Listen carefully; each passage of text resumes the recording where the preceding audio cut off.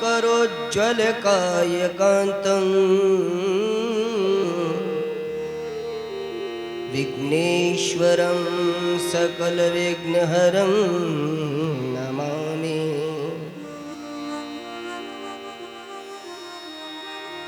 तेजो वारिमृदां यथा विनिमयो यत्र त्रिसर्गो मृषा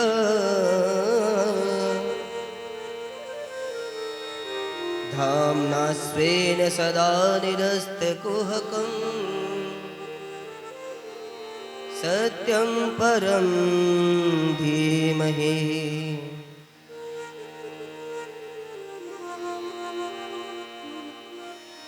सच्चिदानन्दरूपाय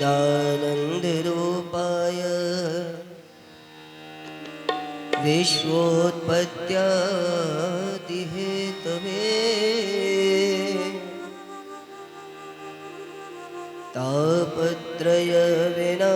तापत्रयविनाशाय श्रीकृष्णाय वयं नमः।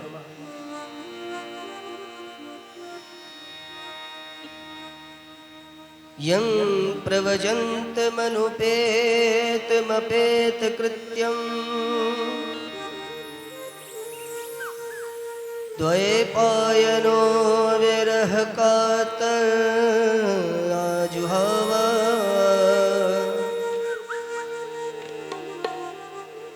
पुत्रेति तन्मयतया तर्वो विनेदो तं सर्वभूतहृदयं मुनिमानतोऽस्मि।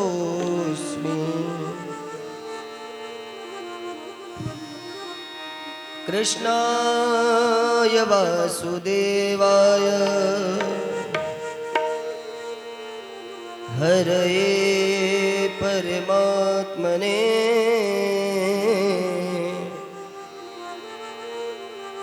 प्रणतक्लेशनाशाय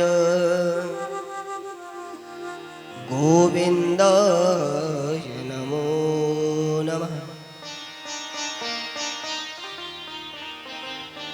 मनोजवं मारुततुल्यवेगं जितेन्द्रियं बुद्धिमतां वरिष्ठं वातात्मजं वानरयूथमुख्यं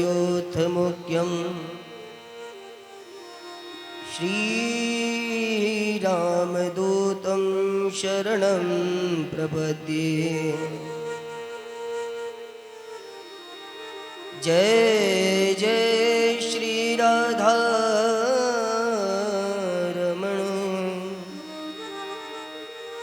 जय जय नवल किशोर जय गोपी चितचोर प्रभु जय जय माखन चोर। भक्ति भक्त भगवंत गुरु चतुर नाम बपुए तिनके भगवंदन करे मेटत कष्ट अनेक।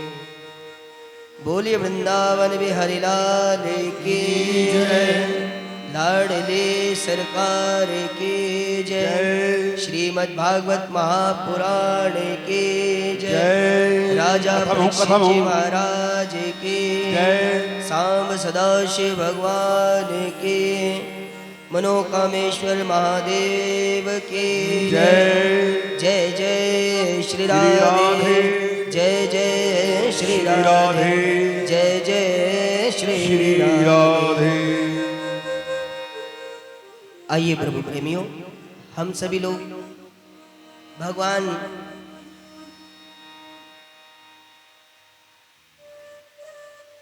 अकारण कारण करुणा वर्णालय भक्त वांछित भक्त कल्पतरु पीतांबरधारी मोर मुकुटधारी भगवान कृष्ण की सुंदर पावन कथा का रसासमृत श्रीमद् भागवत महापुराण के माध्यम से श्रवण करें। उससे पहले मन वाणी हृदय को पवित्र करते हैं और इन तीनों ही स्थानों को पवित्र करने का सबसे अच्छा साधन है कि हम भगवान के गुणों को अपने मुख से गायन करें। तो आए पहले हम भगवान नाम संकीर्तन करते हैं, उसके बाद भगवान की पावन कथा का रसास्वादन करेंगे। मिलकर के एक बार हम बोलेंगे, एक बार सभी लोग बोले बहुत प्रेम से।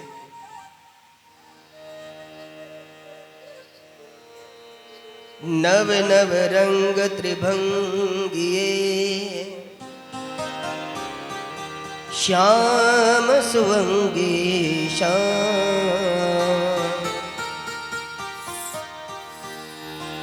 जय गोपी जय राधा प्रिय, जय जय जय घनश्याम।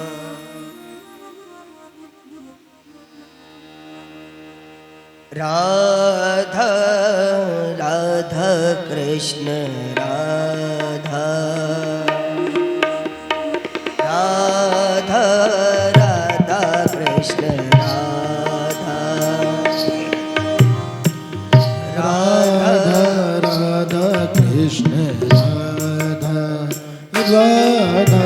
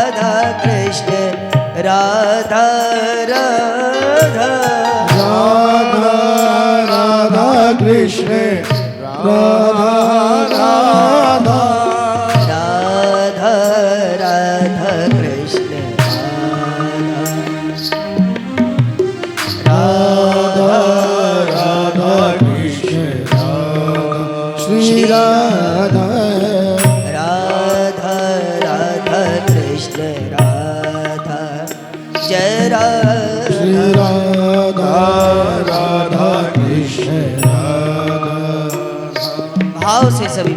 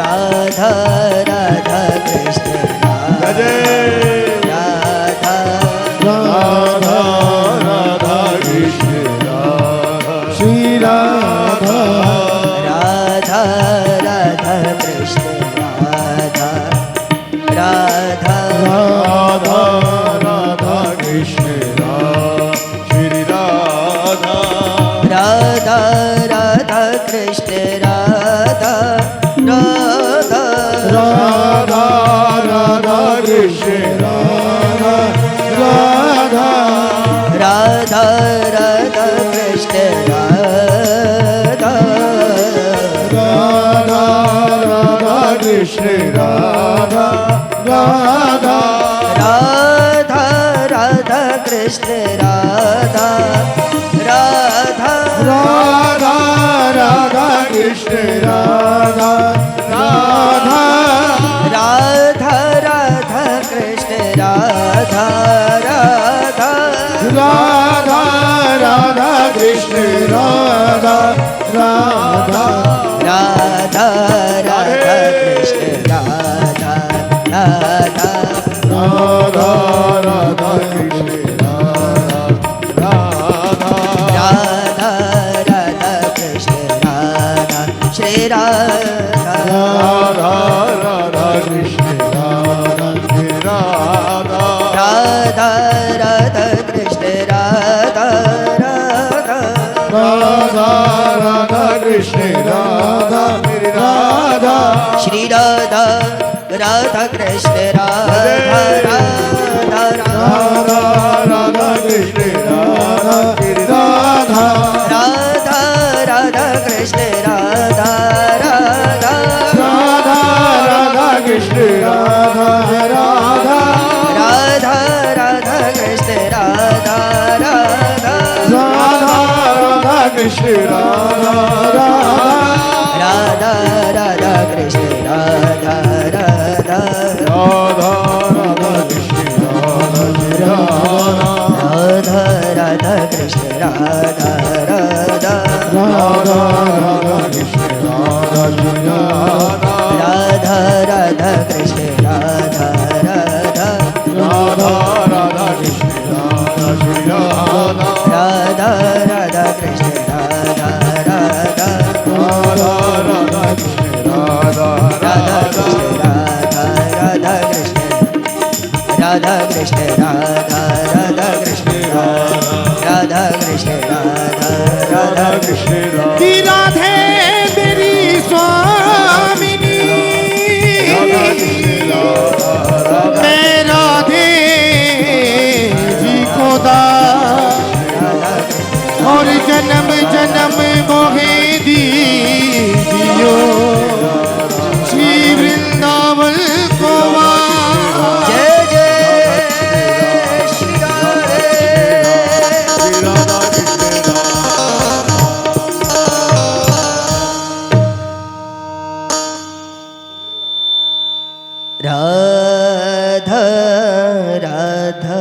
कृष्ण राधा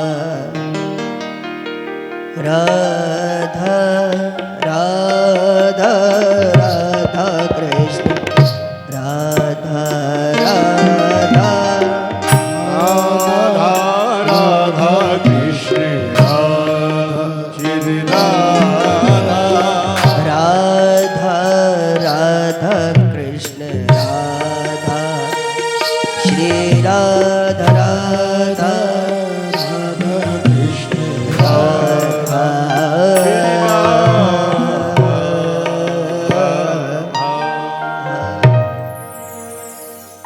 बोले वृंदावन बिहारी लाल की जय।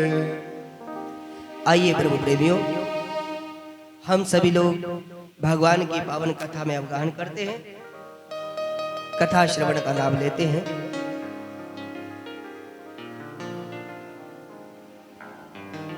भगवान की सुंदर पावन कथा केवल जीव का उद्धार ही नहीं करती, संसार का मार्गदर्शन भी करती है। बहुत छोटा सा सूत्र है हमारे जीवन का। किसी बालक को अगर हम अपने जीवन में कामयाब करना चाहते हैं तो हम क्या करते हैं? हम उस बालक को कामयाब लोगों की जीवनी सुनाते हैं। क्यों? ताकि वो व्यक्ति, वो बालक उन कामयाब लोगों की जीवनी सुनकर जीवन में आगे बढ़ने की या कामयाब होने की प्रेरणा ले सके। पुलवामा के बिहारी लाल की। तो हम भी आपसे यही कह रहे हैं, ये कथा जीवन में आगे बढ़ने की प्रेरणा देती है। कथा केवल डिवोशन के लिए नहीं होती, कथा इमोशन के लिए भी होती है।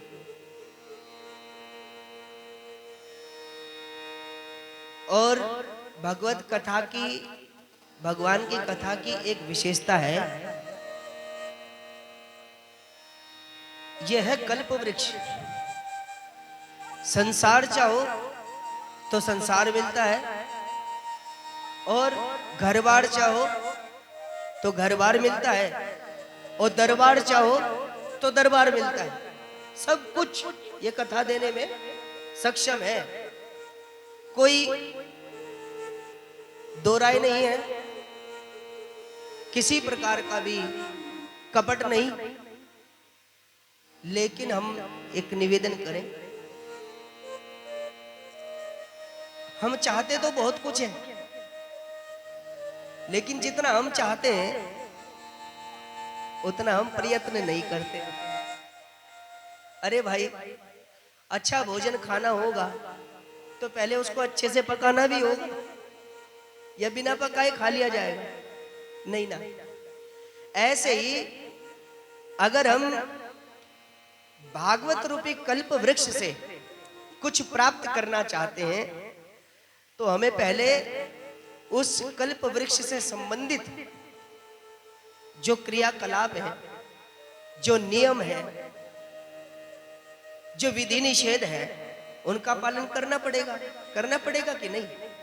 तभी तो हमें कुछ प्राप्त होगा।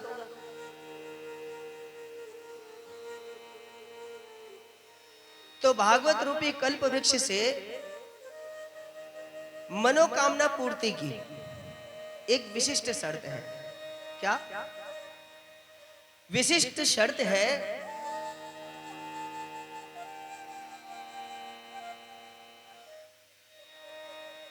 पिबत भागवतम रसमालयम रसिका भुवि भावः। भागवत रूपी ये जो कल्प वृक्ष है, इसका फल है, इसका फल टपक रहा है, चू रहा है, उसको पीना पड़ेगा कानों के द्वारा। और रस पीने की पहली शर्त है कि हम लोग भागवत के प्रति, यानी भगवान के प्रति हम लोग रसिका भुवि भाव का, हम पहले कथा के प्रति रसिक हो जाए। अरे भाई, जब किसी कन्या का किसी वर से विवाह होता है तो वो कन्या भी अपने स्वामी में परमात्मा का दर्शन करने लगती है। दिन रात हर काम में, हर कर्म में अपने स्वामी का दर्शन करती है। तब जाकर के उसको उसके स्वामी का प्रेम प्राप्त होता है। ये सांसारिक मनुष्य की बात कर रहे हैं, और हम सोचते हैं खाली एक धूप बत्ती जगा दे तो भगवान हमको पसंद कर ले। कहां मुमकिन है? इतना आसान काम नहीं है। ये धूप बत्ती तो जो आजकल की धूप बत्ती है, ये तो हमें हॉस्पिटल पहुंचाने के भी काम आती है। आजकल केमिकल प्रोसेस से सब कुछ बन रहा है। वो तो धूप बत्ती अलग होती है जो भगवान को चढ़ती थी।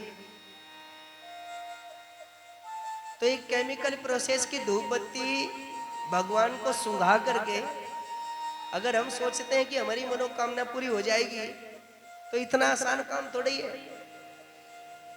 या वो अदृश्य शक्ति जो इस दुनिया को चला रही है, उसका साकार होना इतना आसान थोड़ा ही है। होता तो हर व्यक्ति दर्शन ना कर लेता, लेकिन शंकराचार्य भगवान कहते हैं भगवत प्राप्ति के मार्ग में 3 चीजें हमारे जीवन में होनी बहुत जरूरी है। क्या क्या है? दुर्लभम त्रयम एतद् देवानुग्रह हेतुकम। 3 चीजें बड़ी मुश्किल है, दुर्लभ है। कब? जब हम चाहते हैं कि हमारे इष्ट देवता जिनकी हम पूजा करते हैं, जिन्हें हम मानते हैं, जिनको हम जानते हैं, या जिनसे हम अपनी मनोकामना पूरी करवाना चाहते हैं, हमारे इष्ट देवता हम पर कृपा करें, तो उसके लिए 3 चीजें होनी जरूरी है। और वही तीनों चीजें मुश्किल है। क्या है? मनुष्यत्व। मनुष्य योनि में जन्म तो ले लिया, लेकिन क्या हम मनुष्य होकर भी मनुष्य हैं?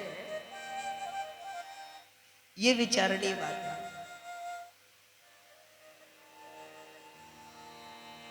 जंगल में जंगली जानवर जो होते हैं वो शिकार करते हैं। शिकारी शेर को सिखाना थोड़ी पड़ता है, तो शिकार कर, चल भैया आज हम तुझे ट्रेनिंग देते हैं शिकार करने की, कहते होंगे शेर से?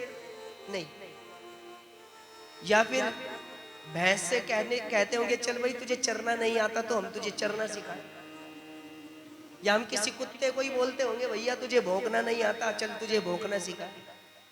तो मनुष्य को सिखाना पड़ता है, भैया मनुष्य बन जा।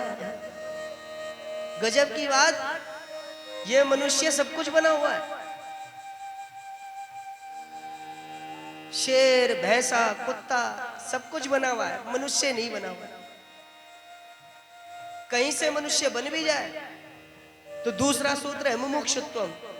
मुमुक्षु यानी मोक्ष की कामना होना। मोक्ष हम आपसे निवेदन कर रहे थे कल। मोक्ष क्या है? जीवित रहते रहते प्रतिकूल परिस्थिति में अनुकूल वातावरण को पैदा कर लेना ही जीवित रहते रहते मोक्ष है। ये बहुत मुश्किल है। हम किसी से मिले जाकर बहुत ही मुश्किल से, बहुत ही मुश्किल से कोई एक व्यक्ति ऐसा मिलता होगा जो हर परिस्थिति में कहे भैया हम तो बहुत खुश हैं। भगवान की कृपा है, कोई ही ऐसा मिलता है। वरना जिससे पूछो क्या बताएं महाराज, बड़ी परेशानी है। क्या परेशानी है? कमाते बहुत है, सब खाई बना पड़ा, पता नहीं कहाँ गया, हाथ में कुछ जुड़ता नहीं है। कई बार तो लोग हमें अपना हाथ भी दिखाते हैं, आप हमारा हाथ देखो। अब उन्हें कहते हैं दिखाता क्या है अपने हाथ को, देख उसका हाथ, हाथ तेरा जिसके हाथ है। करने कराने वाला तो भगवान है, बोलो वहां के बिहारी लाल की। तो हम निवेदन कर रहे थे मुमुक्षु होना उससे भी ज्यादा मुश्किल काम। और तीसरा है महापुरुषस्य संश्रया। किसी गुणी व्यक्ति की संगति हम कर ले, ये तो बहुत ही मुश्किल है। आज के टाइम पे तो हर व्यक्ति अपने आप में गुणी है, तो हम किसी की संगति करें, किसी के पास बैठकर सत्संग कर लें, ये तो बहुत ही मुश्किल है। बोलो वहां के बिहारी लाल की। हमारे गुरुदेव अक्सर एक बात बताया करते थे, आजकल वक्ताओं से ज्यादा समझदार श्रोता हो गए। एक बार चेला एक संत के पास गया, बोला गुरुजी हमें चेला बना लो। गुरुजी ने बोला कोई बात नहीं, जहां इतने चेले एक और तुम सही। गुरुजी ने गुरु दीक्षा दी। चेले ने कहा गुरुजी अब आप हमारे गुरुजी और हम आपके चेले, अब हमें कुछ ज्ञान दो। गुरुजी ने कहा बिल्कुल अवश्य बेटा, रामायण सुनाए। चेला बोला रामायण क्या है? रामायण हम सब जानते हैं, सब जानते हैं हम रामायण के बारे में, और कोई ऊंची चीज, कोई बढ़िया ज्ञान दो। गुरुजी बोले बेटा भागवत सुनाए। बोले भागवत क्या है भागवत? हम सब जानते हैं भागवत के बारे में, और कोई ऊंचा ज्ञान बड़ा ज्ञान सुनाओ कुछ। गुरुजी सोचने लगे ये तो चेला नहीं कोई गुरु ही मिल गया। गुरुजी ने हाथ जोड़ करके कहा बेटा गीता सुना दूं? चेले ने कहा गुरुजी गीता में थोड़ा सा तर्क वितर्क है, गीता चल जाएगी। वो भी चलेगी। बोले चलो कोई बात नहीं आप गीता ही सुना दो। तरस आ गया बेचारे को। गुरुजी बोले चलो कहीं जाके रुका तो सही। गुरुजी ने कहा बेटा आज समय ज्यादा हो गया है, तो हम केवल गीता का महात्म कथा सुना रहे हैं। और महात्म्य श्लोक सुनाया गुरुजी ने, सर्वोपनिषदो गावो दोग्धा गोपाल नंदना। अब चेले ने श्लोक सुना तो बोला पड़ा वाह आनंद आ गया। गुरुजी को लगा कि श्लोक सुनकर ज्यादा आनंदित हो गया तो व्याख्या और अच्छी सुनेगा। गुरुजी ने व्याख्या सुनाई। सारे उपनिषद ये गाय है, इनका दोहन करने वाले भगवान श्री कृष्ण है। चेला बोला वाह आनंद आ गया गुरुजी, बहुत बढ़िया। गुरुजी ने सोचा चेला ज्यादा अच्छे से सुन रहा है, तो गुरुजी ने और 2-4 घंटे प्रवचन कर दिया। 2 घंटे के बाद गुरुजी पूछ पड़े बेटा अगर कुछ समझ में ना आया हो तो हमसे पूछ लो। तो चेला बोला हमें समझ में ना आया? हमें? अरे गुरुजी आप कम समझाते हो, हम समझते ज्यादा है। गुरुजी बोले बेटा हम ही नहीं समझ पाए तुम्हें। बोले मेरा सम्मान रखने के लिए ही, मेरी बात का सम्मान रख लो, मेरी इज्जत रखने के लिए पूछ लो कुछ, मैं तो गुरुजी हूं। चेला बोला और तो सारी बातें बढ़िया गुरुजी, आपने जितना ज्ञान दिया एक एक शब्द मेरी समझ में आया, बस एक जगह मुझे संकोच है। गुरुजी ने कहा कौन सी जगह? चेला बोला गुरुजी आप 1 घंटे से बोल रहे हो सर्वोपनिषदो गावो दोग्धा गोपाल नंदना, दोग्धा गोपाल नंदना। तो ये जो 2 गधा है ये कौन है? 2 गधा गोपाल नंदना। गुरुजी बोले बेटा वो 2 गधा है, पहले तो तुम जो हमारे पास चेला बनने आए, और दूसरे हम जो हमने तुम्हें चेला बनाया। तो ऐसे भी श्रोता होते हैं, ऐसे भी भक्त होते हैं, ऐसे भी शिष्य होते हैं। तो आज के टाइम में हर कोई बहुत समझदार है, बोले वहां के बिहारी लाल की। तो इसलिए सत्संग करना भी कोई आसान काम थोड़ी है। महापुरुष से संश्रय।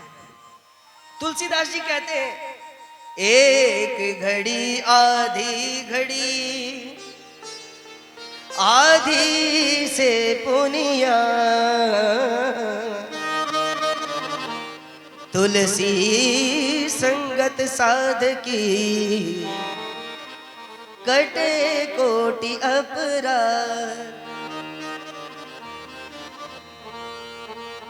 एक घड़ी, घड़ी का आधा भाग भी ना, उससे भी आधा भाग अगर हम किसी महापुरुष की सन्निधि में बैठ जाएं तो जीवन धन्य हो जाता है। ऐसा महापुरुषों का संग बताया गया है। और हम तो निवेदन करते हैं कि कभी भी हम किसी संत के पास बैठे तो हमें जरूरत नहीं है हमें पूछने की कि हमारा बेटा कामयाब होगा कि नहीं होगा, हमारा बिजनेस चलेगा कि नहीं चलेगा। अगर महात्मा आपके पास आ गया तो समझ लेना परमात्मा आ गया। और जब परमात्मा हमारे पास है तो फिर उन्हें कहने की क्या जरूरत है, वो तो स्वतः ही हमारे बारे में सब कुछ जानते हैं। महात्मा किसी पे प्रसन्न हो जाए तो परमात्मा प्रसन्न हो जाते हैं। और महात्मा को प्रसन्न करने का एक ही तरीका है, जैसे ही महात्मा हमारे पास बैठे हम कहें महाराज बस भगवान की कोई सुंदर सी कथा सुना दो, फिर देखो आप कितने प्रसन्न चित्त मन से कोई महात्मा आपके ऊपर कृपा करते हैं। बोल बांके बिहारी लाल की।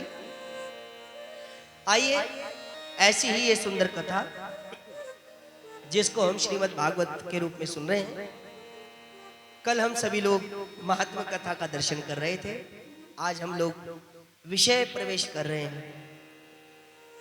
भागवत जी की महिमा कहते हुए भगवान व्यास कहते हैं ये भागवत है क्या है ये भागवत, और कोई साधारण ग्रंथ नहीं है।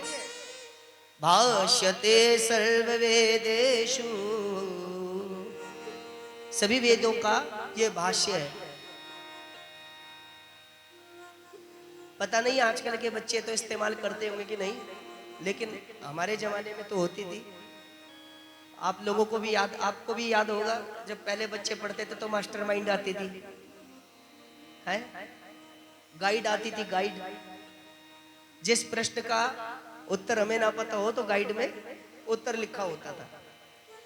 वो पूरी किताब का भाष्य होती थी, है नहीं, शॉर्ट फॉर्म। तो ये भी सारे वेदों का भाष्य है, गाइड है। वेद में क्या लिखा है जो समझना हो तो हम भागवत की कथा सुन लें तो वेद का सारा मतलब समझ में आ जाता है। इतना बढ़िया ग्रंथ है। और क्या है, ये बहुत बढ़िया गीत भी है। इसमें बहुत अच्छे अच्छे गाने लिखे हुए हैं। गोपी गीत, भ्रमर गीत, युगल गीत, वेणु गीत, अन्य अन्य प्रकार के अनेकों गीत लिखे हैं।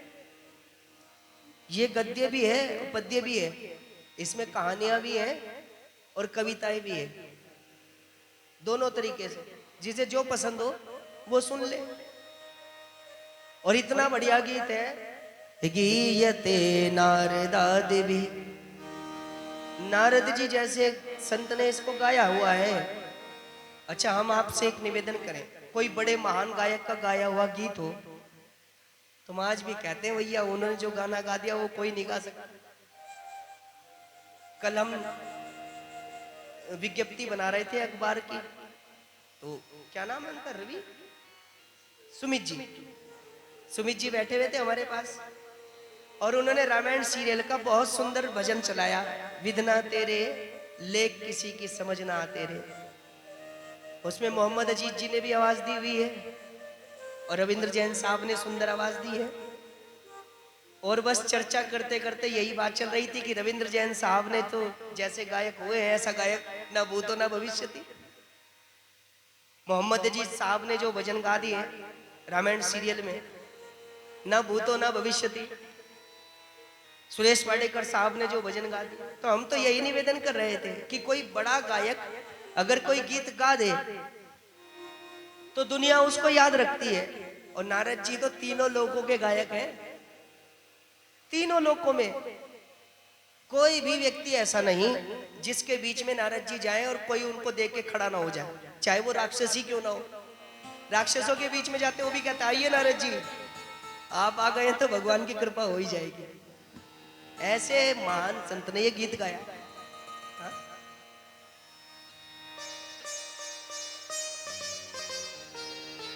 भागवत जी को तीनों लोकों में सम्मान प्राप्त है।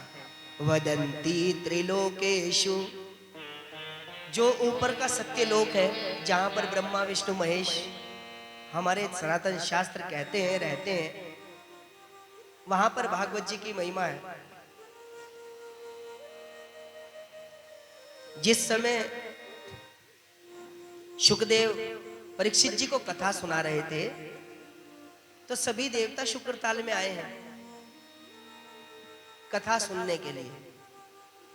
और हम आपसे एक निवेदन करें, भगवान की कथा केवल इस लोक में ही होती है, ऊपर वाले लोक में नहीं होती। स्वर्ग में भी कथा नहीं होती। हाँ जी, इसका प्रमाण ये है, जब श्री राम धराधाम छोड़कर जा रहे थे तो उन्होंने हनुमान जी से कहा, हनुमान जी हम साकेत जा रहे हैं, चलो हमारे साथ। हनुमान जी ने बोला नहीं प्रभु मैं नहीं जाऊंगा। भगवान ने पूछा क्यों? हनुमान जी बोल पड़े महाराज मुझे एक जरूरी काम है, वो काम निपटा कर आऊंगा। तो श्री राम ने पूछा काम क्या है? हनुमान जी बोले मुझे आपकी कथा सुननी है, तो इसलिए आप जाओ मैं कथा सुन के आऊंगा। तो राम जी ने पूछा कब तक सुनोगे? हनुमान जी बोले जब तक होगी तब तक। तो तब तक तुम यहीं रहोगे? हनुमान जी बोले हाँ। क्यों? बोले महाराज मैं कथा के बिना नहीं रह सकता, मैं कथा के बिना नहीं रह सकता। भगवान बोले आप मेरे बिना रह सकते हो, कथा के बिना नहीं रह सकते। हनुमान जी बोले आपके बिना रहना आसान है, क्योंकि आपकी अनुभूति तो आपकी कथा में भी हो जाती है, लेकिन आपके सामने आपकी कथा की अनुभूति नहीं होती। तो राम जी ने कहा चलो ना साकेत, क्या तुम हमसे प्रेम नहीं करते? हनुमान जी बोले प्रेम करते तभी तो आपकी कथा सुनते। हनुमान जी ने कहा प्रभु आप हमें बार बार चलने के लिए कह रहे हैं, अच्छा ये बताओ साकेत में आपकी कथा होती है? भगवान बोले नहीं, साकेत में, ब्रह्मलोक में, स्वर्गलोक में हमारे नाम की कथाएं नहीं होती। कथाएं तो केवल भूलोक में होती है। हनुमान जी बोले तब तो मैं पक्का नहीं जाऊंगा। राम जी ने कहा क्यों? हनुमान जी बोले प्रभु अभी अभी आपने बताया कि साकेत में आपकी कथा नहीं होती, तो फिर फायदा क्या है? तो अगर हम, हनुमान जी से राम जी ने कहा अगर तुम्हारा हमसे मिलने का मन हुआ तो मिलोगे कैसे? हनुमान जी बोले हम आपको कथा में बुला लेंगे। राम जी बोले कैसे बुलाओगे? तो हनुमान जी ने कहा प्रभु जहां आप हो वहां आपकी कथा हो ऐसा तो जरूरी नहीं है। अभी आपने बताया जहां आप हो वहां आपकी कथा हो ये जरूरी नहीं है, लेकिन जहां आपकी कथा होती है वहां आप जरूर होते हैं। और जब आपकी कथा होगी तो आप होंगे, फिर मैं आपसे मिल लूंगा। भगवान राम ने पूछा कि ये बात तुम इतने विश्वास से कैसे कहते हो? तो हनुमान जी कहते हैं आप ही तो नारद जी को उपदेश देते समय कह रहे थे ना हम वसामि वैकुंठे योगिनाम हृदयेन च मद्भक्ता यत्र गायन्ति तत्र तिष्ठामि नारद। भैया जहां मेरे भक्त मेरे नाम का कीर्तन करते हैं वहां पर मैं अवश्य होता हूं, अवश्य होता हूं, अवश्य होता हूं। श्रीमद् भागवत महापुराण की महिमा का 7वां अध्याय महात्म का, उसमें भी जब भगवान प्रकट हो गए तो चारों ऋषि कुमारों ने कहा कि प्रभु अगर आप हमसे प्रसन्न हैं तो आप हमको एक ही वरदान देना। क्या वरदान? जहां पर भी आपके भक्त श्रद्धा युक्त होकर के आपकी कथा करें तो वहां पर आप जरूर आना। और भगवान ने सारे ऋषियों को तथास्तु कहा। संभवतः मैं आपको वो श्लोक भी सुनाऊंगा, बुलवा के बिहारी लाल की। ऐसा ये गीत है, ऐसी इस ग्रंथ की महिमा है कि तीनों लोकों में इसको पूजा जाता है, ऊपर के लोक में भी, इस लोक में भी। तो मैं आपसे निवेदन कर रहा था ऊपर के लोक में ये ग्रंथ मान्य क्यों है? जिस समय सुखदेव जी कथा सुना रहे थे, भागवत में लिखा है ऐसा, तो सारे देवता कथा सुनने आए। और जब कथा सुनने आए तो बैठकर चुपचाप कथा सुन लेते तो कोई बात नहीं, पर उन्होंने कथा बैठकर नहीं सुनी। सुखदेव के पास, भगवान सुखदेव के पास अमृत कलश लेकर आए। कौन सा कलश? अमृत। और ये अमृत कितना कीमती है? मंदराचल पर्वत की मथनी बनाकर, भगवान वासुकी जी की रस्सी बनाकर, और भगवान कच्छप की पीठ पर सारे देवताओं राक्षसों ने मिलकर यह अमृत मंथन किया था। इतना कीमती अमृत जिसकी वजह से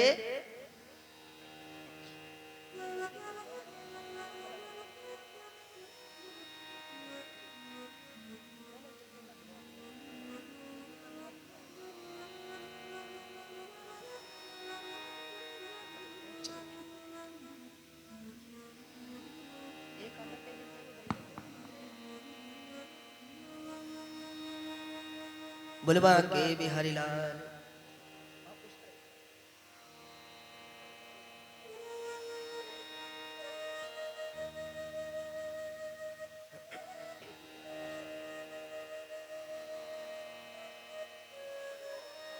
तो मैं आपसे निवेदन कर रहा था कि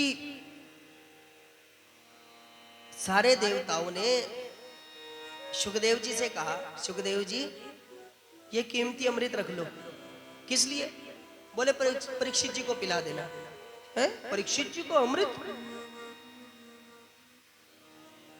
ये अमृत तो तुम किसी को पिलाते भी नहीं हो। जब किसी को अमर करना होता है ना, तो देवता लोग उस अमृत के ऊपर से ढक्कन हटाकर जिसे अमर करना होता है उसको कहते हैं इसको सूंघ ले, सूंघने से अमर हो जाएगा। और परीक्षित जी को पिलाने की बात कर रहे हो, क्यों? बोले एक काम करो, ये जीवन अमृत आप परीक्षित को पिलाओ, ये अमर हो जाएंगे, और ये कथा अमृत हमें पिला दो। सुखदेव जी बोले वाह, कहां कांच और कहां हीरा। मतलब ये कि वो जो जीवन अमृत है वो कथा अमृत के सामने कुछ नहीं है। उसको पीकर अमर तो हो सकते हैं पर मुक्त नहीं हो सकते, इसलिए वो कांच है। आया है सो जाएगा राजा रंक फकीर, कोई सिंहासन चढ़ चला कोई बंधा जंजीर। ये मृत्यु लोग है भैया। यहाँ पे जो आया है वो नाम लिखवा कर नहीं आ रखा है कि मैं नहीं जाऊंगा, जाना तो सबको पड़ेगा। और इतना ही नहीं, हमारे गुरुजी कहा करते थे पछताया नहीं कभी जो जग में आखिर में उसे पछताना पड़ा, और दुख पाया नहीं जिसने कभी, दुख पाया नहीं जिसने जग में आखिर में उसे दुख पाना पड़ा। पछताया नहीं कभी जो जग में आखिर में उसे पछताना पड़ा। कोई फूल ना बाग में ऐसा खिला खिल के ना जिसे मुरझाना पड़ा। और विधि का ये अटल विधान दिखा, जिसे आना पड़ा उसे जाना पड़ा। ये तो भैया विधि का विधान है, तो इसलिए परीक्षित भी जाएंगे, लेकिन इनके जाने का जो मार्ग है वो इतना सुंदर होगा कि लोग युगों युगों तक याद रखेंगे। 5,500 वर्ष हो गए आज भी हम भागवत सुनते हैं। तो ये ऐसी कथा है जिसकी वंदना देवताओं ने की, यहाँ पर हम लोग कर रहे हैं। और पाताल लोक में भी होती है। क्यों? क्योंकि पाताल लोक में अभी जो राजा राज्य कर रहे हैं, उन राजा का नाम है बलि। क्या नाम है? बलि। और आजकल भगवान विष्णु राजा बलि के पास ही गए हुए 4 महीने के लिए। सुतल लोक में जाते हैं ना विश्राम के लिए, 4 महीने अपने साले के यहाँ जाते हैं सेवा लेने। लक्ष्मी जी ने राजा बलि को भाई बनाया हुआ है, तो बलि भी भगवान की वंदना करते हैं तीनों लोकों में। और इसका स्वभाव है तरंती भवसागरा। ये भवसागर से पार करने के लिए तरणी के समान ये भागवती कथा है। इसलिए भक्त कहते हैं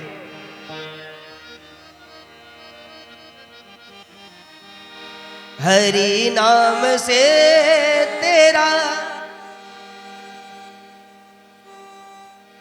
काम बनेगा, हरि नाम ही तेरे साथ चलेगा।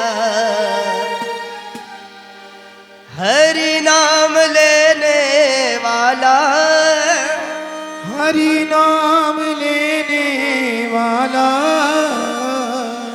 हरि नाम लेने वाला, हरि नाम लेने वाला, हरि का है प्यारा, हरि का भजन करो, हरि है तुम्हारा।